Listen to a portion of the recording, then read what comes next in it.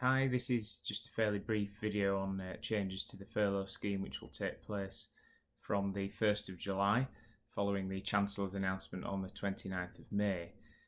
So from the 1st of July, employees can return to work part-time whilst furloughed.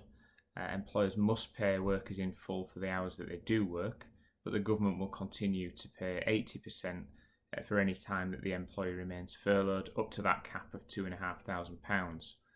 There is no minimum or maximum amount of work that must be carried out from the 1st of July, so there may still not be any work at all to carry out, and an employee may be furloughed for 100% of the time.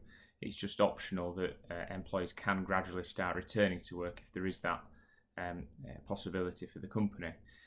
Must be confirmed in writing, and the minimum period for which an employee is working under this type of arrangement must be a week. So the minimum claim period must be 1 week.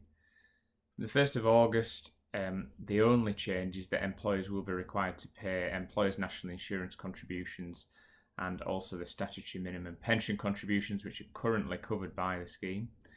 From the 1st of September, the government contribution will reduce to 70% of wages, up to a new cap, a revised reduced cap of £2,187.50, and that again is only for the hours that the employee doesn't work.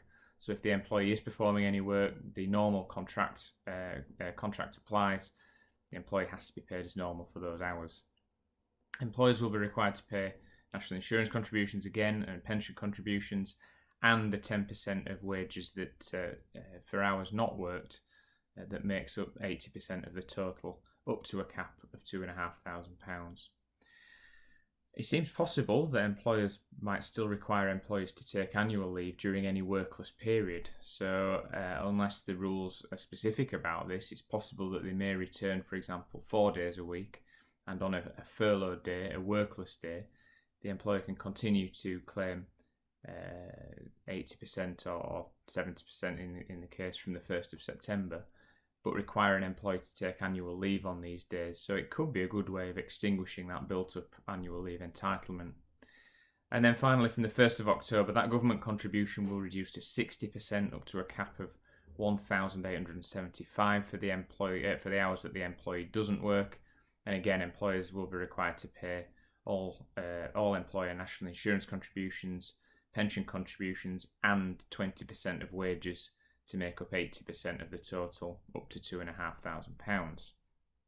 Interestingly, the scheme will close to new entrants from the 30th of June. From that point forwards, employers will only be able to furlough employees that they've furloughed for a full 3-week period prior to the 30th of June. So in practice, the final date that you can furlough an employee will be the 10th of June in order for them to have 3 weeks on furlough leave before the 30th. So you only have until the 10th of June if you haven't furloughed somebody and you're thinking about doing it and may need to rely on this scheme into July onwards. You must have furloughed them by the 10th of June. The government has committed to putting further guidance online by the 12th of June. There will be further webinars and online guidance, and we will of course keep you updated. Thank you.